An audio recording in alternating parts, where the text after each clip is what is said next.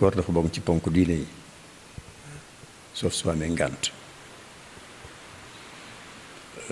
awma ngànt même si je suis diabétique awma ngànt je me dois de faire l'effort de satisfaire tout simplement ce pilier de l'islam en faisant ce que ma religion me dicte. Avoir une belle intention au départ et manifester cette intention à Allah subhanahu wa ta'ala. ko dama am yéene woor suba ñaanal sama bopp ñaanal sama njaboot ñaanal réew mi yépp cette intention yi da nga koy manifester léegi liñ ma ci sant ma jéem ko liñ ma ci sant ma jéem ko c'est moom lañ la sant bés bu nekk du weeru koor rek lañ la ko sant bul mooy yàlla du weeru koor rek lañ la ko sant bul wax loo xamul du weeru koor rek lañ la ko sant bul fen du weeru koor rek lañ la ko sant bul jël loo moomul du weeru koor rek lañ la ko sant je ne vois vraiment pas ce qu'il y a de dur à faire ce que tu es censé faire quasiment tout le temps ou en tout cas ce que tu dois faire tout le temps mooy loolu mooy li ci ëpp solo li ci des niwuñu la bul lekk niwuñu la bul naan duñu la diggante waxtu wi ba waxtu wi na nga toroxlu bul def loolu di ko sante sa borom mais le nombre de calories que tu as l'habitude de prendre par jour j'ai le sentiment que ci biir weeru koor li nit ñi di jël ci calories sax moom moo ëpp loolu parce que justement du ñu sopp waxtu changer waxtu yi nga xamee ni ci la ñu war di lekk mais séeréer yi soo leen fekkee fu ñuy xëdde sa yaram day daw joolaa yi soo leen fekkee fu ñuy ndogoo sa yaram day daw tukulóor yi rek ñoo ci xaw a maandu ñoom ñoo xam ne ñoom lañ daan lekk le matin la ñuy des ci ko lekk woor ba ngoon jot ñu doyloo sant yàlla ak jaamu yàlla jullee ko tëdd mais man gisuma ci lu metti luñ ma daan wax ba ma amee diabète quand mon diabète est apparu avec un taux extrêmement élevé de l'ordre de 5 je suis insulinodépendant on me disait que il ne faut pas jeûner quand tu as le diabète il ne faut pas non tout est un problème d'organisation de la même manière que tu organises en fait ton travail tu organises ta journée et tu peux y arriver non moi je ne vois rien de différent entre le moment où je ne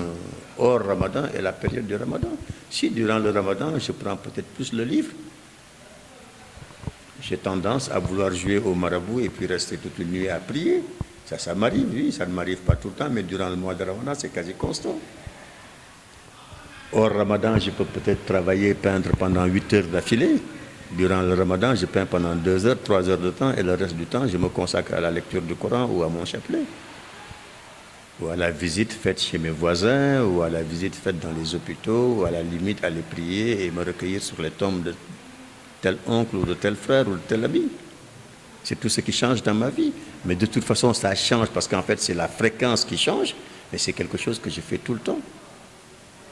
je ne vois vraiment pas de changement par rapport à cela maintenant la petite fantaisie des uns et des autres à s'offrir des 50 croissants booleeg lii kooku moom de toute façon ça n'a jamais été mon problème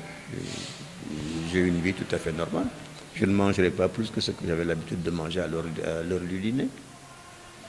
si je prendrai une tasse de thé au départ pour dog ak ñaari tàndarma c'est ce qui peut-être change mais sans plus man mënuma nangu nit ki nekk ci biir néegam julli ba pare ni mi ngi ñaanal nit ñi def nii ba pare génn di yee fitna kooku man mënuma ko comprendre parce que ou tu es hypocrite par rapport aux hommes ou tu es hypocrite par rapport à ton créateur Allah subhanahu wa ta'ala yàlla nañ ci yàlla mos benn baaxu ci soo nee maa ngi ñaanal ñëpp soo génnee sa biir kër na nga def lu nuroog ñaan googu mooy koo romb nuyu ko ku la xool fexeel ba mu ree la ku lay wax soxlaam déglu ko soo ko mënul faj tamit ñaanal ko yàlla fajal ko loolu dafa di quelque chose de constant boo xam ne dafa war a nekk ci nit ku nekk waxuma jullit bu nekk dafa war a nekk ci nit ku nekk dafa war a nekk ci nit ku nekk li ñuy faral di wax dafa am benn tubaab bu daan wax bu tudd Jean d'Hermesson bu daan wax naan le bonheur ne tombe que sur la tête ou dans le cœur de celui qui loin de s'occuper de lui-même s'occupe des autres et d'autres choses xam nga kooku bokkuñu diine mais lu mu wax lu rëy la li mu wax dafa soo ko méngaleeg li sëñ Cheikh Ahmed Tidiane Sy Al Maktoum ma sa wax ni borom kër gu amul yërmande ci njabootam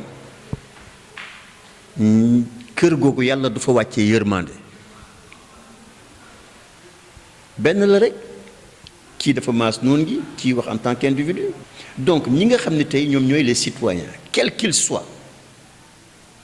ndax kenn la ñëpp jël ñu ci ëpp jël ni kii dañu bëgg mu jiite ñu ñi ci des ñëpp moo xam muy ñu ànd ak moom ak ñu àndul ak moom nañu jéem di fàtte seen bopp pour ñi ci des te muy loo xam ne lu sincère lay doon lu àndul ak benn calcul ak tolof tolof booy teg ci yoon yi pour ki des faqasulu ci ki nga xam ne nag moo bokk jiite ñépp na góorgóorlu moom it ba am yërmande ca njaboot ga yépp su bëggee yàlla wàccee yërmande ci ëttam te ëttam mooy Sénégal tey donc loolu su fekkee ne am na kenn ku nekk ci ñuun fàtte sa bopp man mii tey ma fexe ba li nekk sama xol te ma am ko ci yéene ci man ak ci sama njaboot ma am yéene gu day noonu pour njabootu Moussa ak njabootu Mamadou ak njabootu Samba mi nga xam ne ñi nga nekk fële te muy lu dëggu lu wér ci man defuma ko sous la forme de ce que disait Balzac hier le matin me composer un visage et jouer à l'hypocrite pour paraître dama ko gëm ma ni dama koy dund mais loolu su ñu amee ci ñun ñëpp ba pare ñu ëmbe ko socle bi nga xam ne mooy li ma waxoon sànq la confiance et a priori la belle intention et une immense volonté ki nga xam ne nag moom la yàlla def mu yilif ñëpp tey am yërmande ci ñëpp allah kulli haal yërmande dana wàcc ci réew mi fii nag ça veut pas dire laisser une certaine anarchie positionner am yërmande ci ñoo xam ne dañuy téye seen téléphone yu ndaw yi dugg ci YouTube di saaga nit ñi ak di wax lu leen neex di toroxal ay borom kër yoo xam ne gisuñu leen dégguñu leen ci sosal leen ak loolu moom kenn waxu ko ci yaradi ko la bokk ku yaradi ko la dañ koy yar ku yaradi ko da nga koy yar mais li ci des du dara loolu dund li nga xam ne moom la ñu yàlla sas pour bés bu nekk sasuñu ko pour weeru koor wala pour daf ñu ko sas pour bés bu nekk si on est musulman si on est chrétien duñ ko war a dundee tout le temps c'est apprendre à aimer l'autre et à partager avec l'autre c'est fondamental.